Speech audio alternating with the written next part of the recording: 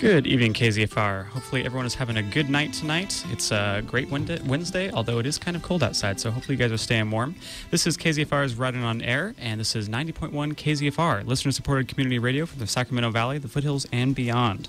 Riding on Air is made possible by the generous contributions of KZFR supporters and by the State Theater in Red Bluff, presenting an evening with two-time Grammy Award winner Petula Clark on Wednesday, December 5th. From her 1964 hit, Downtown, to today, Petula Clark has been amazing audiences worldwide. Tickets and information for Petula Clark are available at statetheaterredbluff.com. The Tehama County Visitor Center, 250 Antelope Boulevard, Red Bluff, or by calling 529-2787. Well, how's it going, Natalie? Great. How are you? I'm doing well. It's been an interesting night tonight. We had a quick change of plans right at the last minute. So this show is going to be a little bit different. We decided to kind of have a more relaxed show where we bring on some stuff that inspired you and me, really. Mm-hmm. So it should be pretty straightforward, I think. Nothing too crazy. But I forgot the last couple shows because we had the Butte County homeschoolers on. So the past few shows, I have not been telling where people can submit. So do you know the email offhand? right.onair@gmail.com. Perfect. This is why you're co-host, the best co-host. Yeah, so if you want to submit and be part of the show, you can do so at right.onair@gmail.com. I will be able to answer that. Natalie has access to the email too. So I don't actually. What? I need the password. Okay. Then when we're not on air, I'll give you the password. Then right we'll have now. access. Right now? Okay, let me mute our microphones real quick. Right. Yeah, so do so. Please submit. You can also find us on Facebook and on YouTube.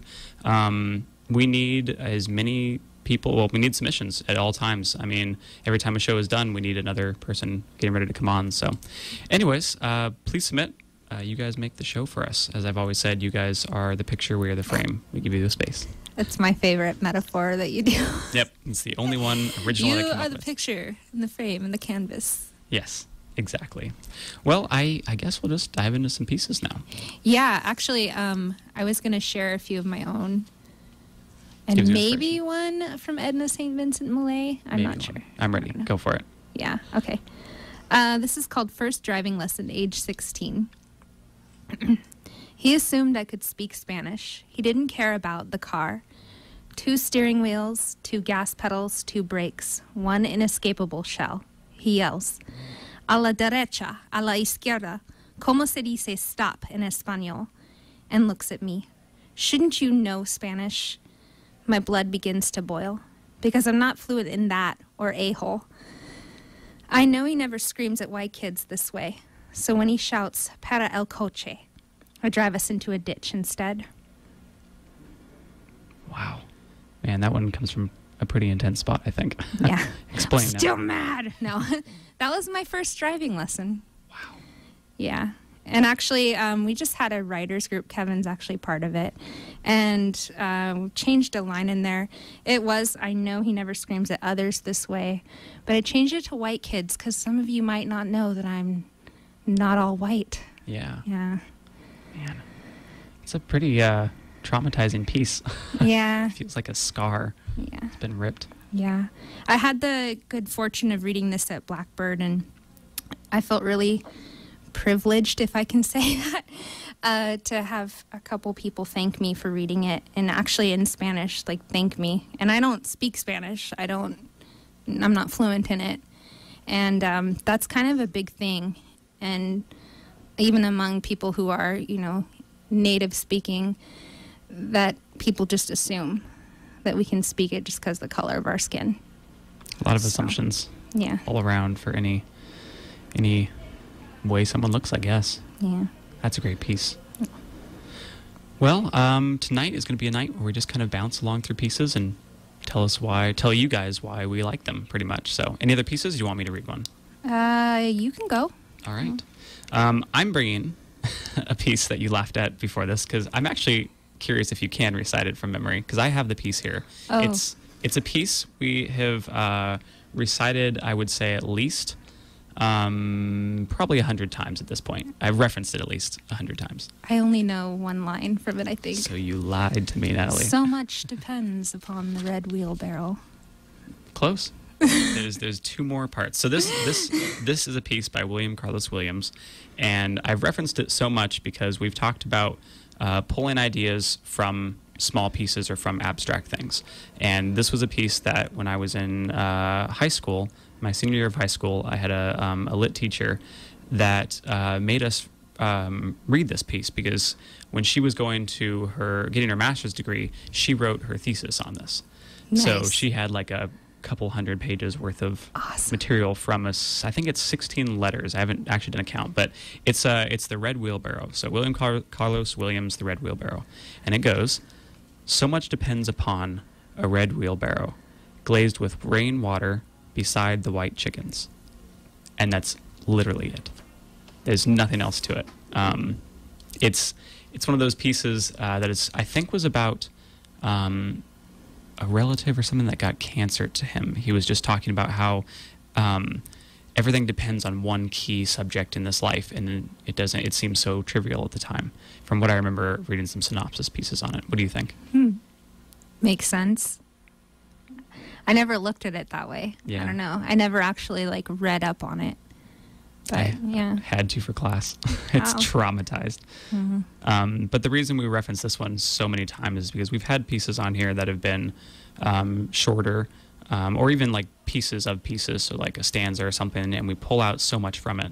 And this is one of those that you can read it a million different times and each time get something new from it, which is as the case with most writing. But it's remarkable because this piece is so incredibly short. Yeah. Yeah, so this one I wanted to feature on the show because I think it was relevant, given how many times I've referenced it. Yeah. So, your turn, Natalie. We'll pass it off. Well, mine's a little longer. Okay, perfect. I wish I could write something that short and sweet. This is called Sugar Skull. I brought a bottle of whiskey to your grave, a drink you'd kiss if you still had lips. They've wasted away beneath the ground, below the slab still missing your name. 1 year later. I place a sugar skull with marigold eyes atop as currency for the river Styx. Like pennies Dad put on your eyes, push through the sockets to the casket and make a piggy bank of your brains. It was last Dia de los Muertos I drew you as a skeleton and wrote, En la vida yo era un hombre gordo. In life I was a fat man. Then laughed because your weight problems couldn't follow you there. Now I follow scents of copper currents, marigolds, and pennies. Guiding you home, they pay your tolls at the place you lay unclaimed. But I know who you are. Wow. I think I've just been punched in the gut. That is remarkable. I mean, I'm guessing, just from first time hearing it on my end, about death. Yeah. That's my guess. What else? I guess, what was your reasoning for writing this one? It's also about somebody dying. My ex-brother-in-law passed away.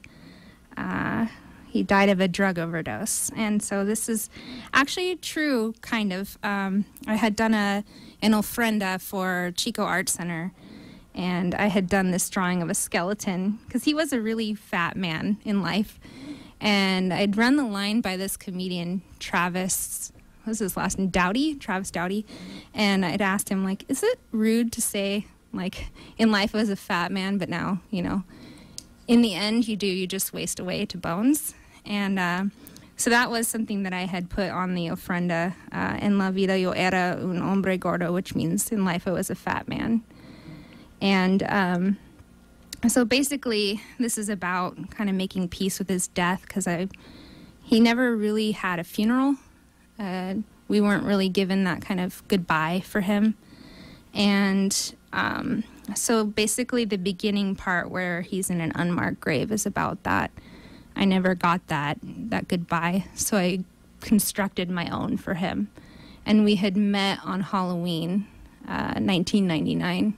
So it was really symbolic for me to kind of say goodbye to him. October 31st. So that is beautiful. I actually singled out two lines that I liked: the piggy bank of your brains, and the part that you just mentioned, which was your problems can't follow you into the afterlife, because it gives different I don't want to say like flavor, but it gives a different nuance to a heavier piece when you put in comedy, because it shows a few things in my mind, at least. One, that the person who's writing it usually is seeing it in its full spectrum. They're not just focusing on the death part, but they're focusing on the happy parts, the parts that brought them joy or brought the people joy in life. Yeah. And so to lace in kind of some humor in an arguably like darker, more potent, heavier piece brings a very different cadence to it, and it's very remarkable. You're a genius. Just kidding. I mean, say that as much as you want. No, James was a very funny man. And I just think if it was all just darkness, it wouldn't capture who he was as a person. I don't think it would capture anybody. Even the darkest people we know are kind of funny when we look at them. I mean, like, I had a bad day today, but I kind of, like, looked at a situation and laughed at it, too, and found something funny in the situation. And that's just how you get by when you've been through some bad things, is to just kind of laugh at yourself too, and how ridiculous life can be.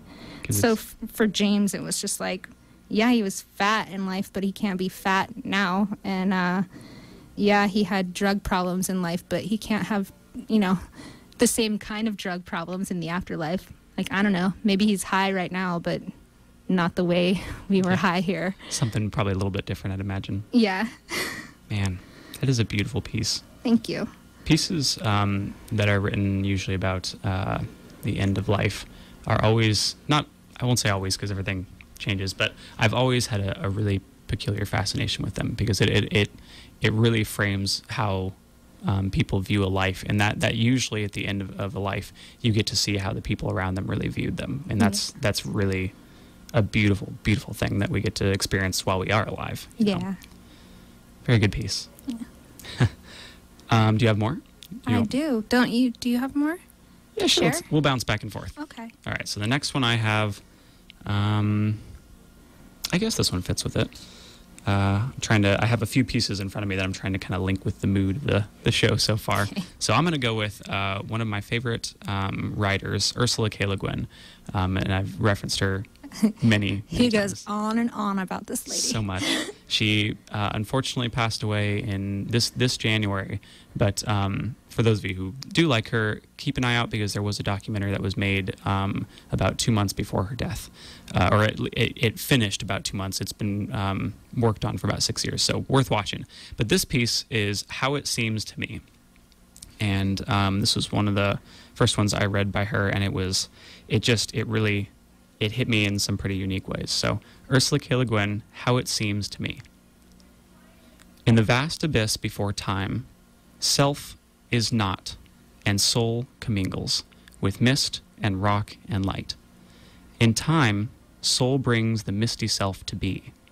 Then slow time hardens self to stone, while ever lightening the soul, till soul can loose its hold of self, and both are free and can return to vastness and dissolve in light, the long light after time. Oh. This one, the first time I read it, I just kind of was skimming through it, and I realized, like, instantly that there is a way this has to be read, and you have to emphasize the parts that are in relation to the soul and the self. Yeah. Because that's the main focus of this piece. Yeah. And that style of kind of just like, without putting stress on them, minus at the end of the sentences she puts stress on them, was something I had not experienced before, where when you read it, immediately it becomes prevalent. You lose the meaning if you don't stress certain things on it. Yeah. Or at least it's harder to kind of see what she's talking about. And this one is kind of about, in a way, life and death. Yeah. Do they ever, I've never read that poem before. Do they ever seem to become inseparable in the poem? Okay. Yeah. I was just wondering if, like, the ultimate goal of the poem was to kind of tie the two ideas together, because the soul and the self are one unit, but also is the self like the corporal self, or... It's an interesting piece. The way she words it, and she hasn't seen this before, so I gave her the piece, so she's going to read over it. The way she words it is she says that the soul is before the self, and the self is just this misty thing. So maybe she's referencing before the Big Bang, where everything was just kind of a misty is soup, the self the essentially. Earth and the soul the universe? It could be, or it could be used. But also, we're all a universe within ourselves. I promise. My mind. We're not on drugs right now. This is real talk. Yeah. Yeah, so she references that there is a separation and that they want to be together. And then there is a union in the middle, which I think she is kind of referencing as life, possibly, at least from my perspective. Again, this show is kind of an opinion. Well, most of them are. But and then at the end, when death is discussed, it's discussed in a way that is a release, is a separation of the two again, going back to their natural being. Yeah. So there's this coalescence of the two that bind each other, and then over time they become rooted in one another and almost as I can't think of the word, not able to be separated. Yeah. There's a word for that. And besties. Besties. That's yeah. That's a good word for it. Unrelated. You have terrible handwriting, just like me. That's wonderful. But no one can see it because that's radio. You guys, this is the worst handwriting. Yeah, this poem is beautiful, though. I love this. Soul brings the misty self to be. There's this emphasis on mist. With mist and rock and light, in time, soul brings the misty self to be. This uncertain thing. Binds it. Soul. And you would think the soul would be the misty thing, but it's not. It's the certain. The concrete. Yeah, it's the concrete, the certainty. It's the thing that lasts after the self is gone. Beautiful. I've never read Ursula K. Le Guin. I've been seeing her name a lot lately, but I don't ever read her. So actually, that's kind of an interesting point to make too. She's very well known in the writing community. Earlier, not current day for the most part, but we'll say like 70s to 90s, because she was seen as a really, I guess like a groundbreaking writer in a lot of ways, because she discussed a lot of social issues that were going on during her times. She has a book about what happens if one person can be both a male and a female at one given time. Then do we have masculine and feminine ideals in the culture? She's very remarkable in that sense. But because she just passed away this year, I've actually been noticing it too in bookstores. A lot of her books are being resold, which is what everyone has heard. When an artist passes away, everything becomes suddenly more valuable, or at least looked at again, and then there's kind of a resurgence of the work again. It's kind of like a social churning that kind of brings things back from the old times and puts them up. Wow. Mm-hmm. Good pick. All right, your turn. Okay. All right, this is called Abandon. I've become so wild among this world. The walls of my heart, my mind, are parameters now, and no longer metric verse. Liberty isn't just a notion, and no one can abandon me, since I finally refuse to abandon myself. I don't look both ways, I leap, and let my head spin wild across the plain. Because the weak only inherit the earth willingly. Had you gone, my friend, my foe, or still my fancy, I'd forgotten while in an active, endless pursuit of who I am. I know true love, I've got it, it's all around. I don't choose to feel abandoned, and if I choose, I feel wild with it. I like that last line a whole bunch. All right, people Natalie. Seem to. Yeah. It's that little bit of mess at the end that kind of like, gah. Yeah. A little bit of potency. Yeah. So where does this one come from? You really want to know? We're going in. All right. I'll overshare. I feel like I share everything with everyone. This comes from a really bad time in my life where I had gone through a miscarriage, and the person that I was with just totally left me holding the bag on everything. And that was fine. Like, that's okay. But to me, to come to terms with that, I felt like, why had I always kept abandoning myself in those kind of situations, like feeling like my world was ending, feeling like, when friends left me, when family left me, that, if you don't hold on to who you are in all those situations, through all those situations, when times are good, when times are bad, you will feel like your world's ending when things go really wrong. And so for me to flip the entire situation and say, like, I don't choose to feel abandoned, and if I choose, I feel wild with it. That line came to me when I was swinging on a swing set by myself on like a Sunday morning, which I usually tend to do now, because I felt like, wow, I feel so wild and free now that I'm completely alone, and I embrace it. I embrace the situation. I embrace being left alone in this world. And to me, it's like I finally didn't give up on myself. And I said, screw it. You can't leave yourself. You were stuck with you, and you better I think Brandon said that to me on my first show on here. It was like, you better like who you are. And it was like, yeah, I do. So there. No one can leave you if you refuse to leave yourself. There's a really good, resonant quality of strength in that piece. Yeah. It was needed. I feel like people need to find that in themselves so that they can't have their hearts totally smashed to pieces. It's good to have your heart smashed a little in life so you can just get stronger, put gold in those, cracks, like that with Japanese art and whatever, pottery art. But for the most part, you got to be strong and stay true to who you are. Stable in yourself. Mm-hmm. Yeah. I want to single out this piece because it's remarkable in a number of ways. First off, beautifully written, really good job on that. But second off, too, a lot of writing, I feel, I've done this show for 2 years now, and I've had a lot of people on the show, and it's been a blast. So thank you again, and please submit, and please be on the show. But pieces that, really any pieces that are written often come from very personal places for most people on here. And one thing I've got the pleasure to experience is kind of being close to people when they share that. Because when you write this down, if it is coming from a personal place or not, but if it is, you are very completely sharing a portion of yourself, or at least how you view the world, and that is a scary thing to do when you air that on here. And I will say, I'm not trying to deter people from the air.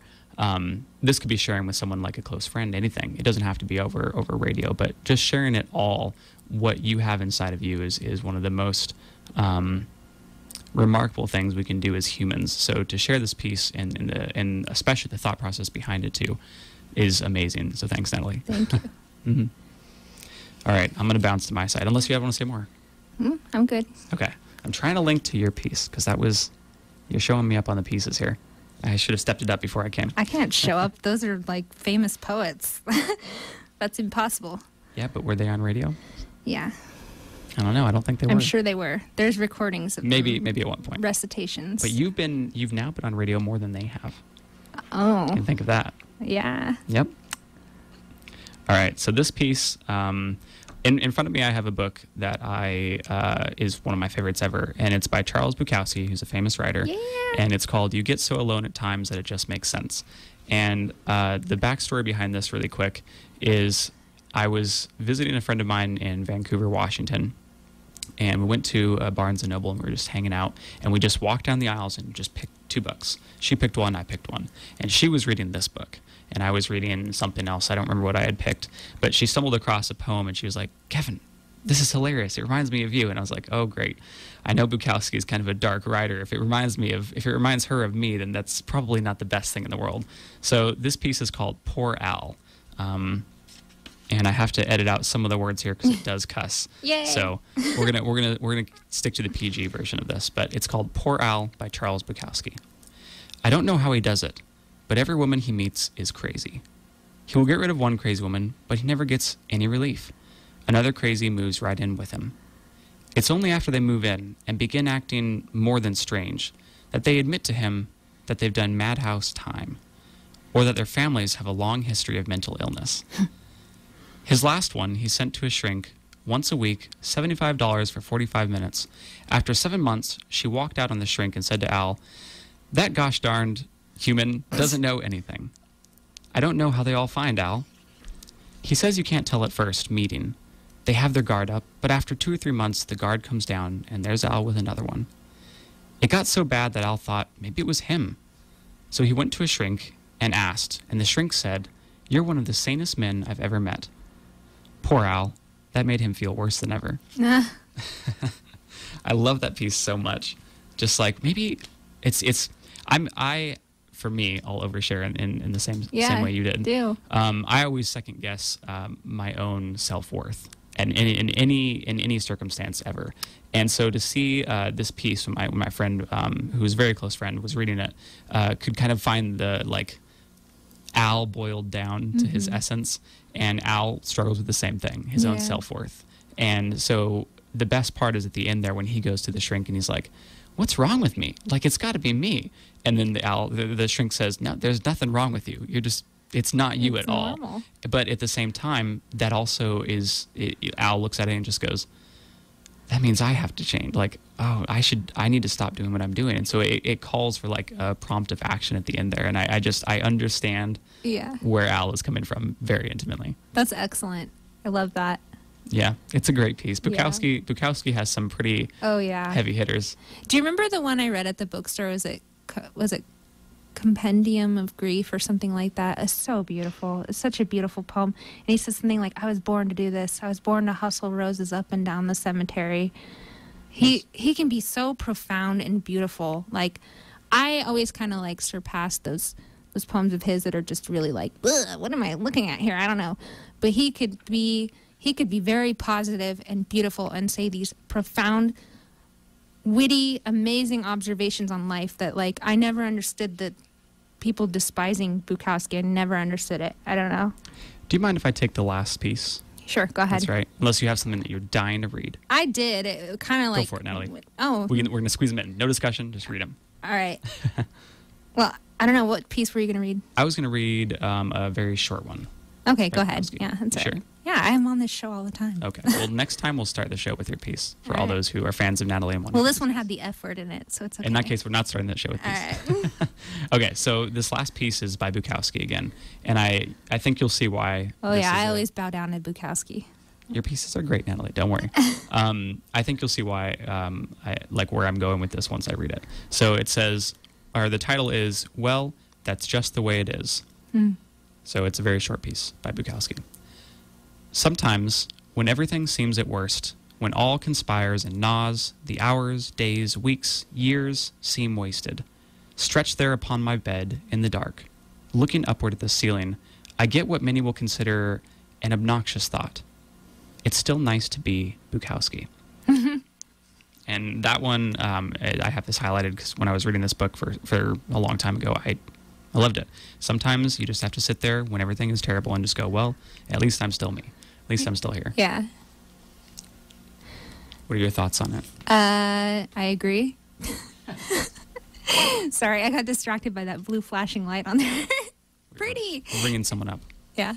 Yeah, it's one of those pieces. It is. It's nice to be Bukowski or Bukowski-minded. Bukowski-minded. Which I feel like I am because I am very profane in my thoughts. How dare you be profane? No, it's you good. And your F word. Yeah. I mean, I was just sitting outside of the studio and cussing at Kevin about my day. So, She was. Yeah. I can attest. I was there. When I'm on here, I act all prim and proper, but... Because it's a prim and proper radio station. Bleep! Well, on that note, we've reached the end of our show. This has been KZFR Writing on Air. And I want to remind everyone that if you want to submit or be part of the shows are literally as relaxing as this. There's no stress. You don't have to freak out. It's very casual. I mean, we're pretty much basically in PJs at this point. Like, it's nice. It's late. We're just here to have a good time and discuss writing. Yeah. So please submit at write.onair@gmail.com. And this has been KZFR's Writing on Air. Writing on Air is made possible by the generous contributions of KZFR supporters and by Harrison Daily Wright Accounting Corporation in Chico.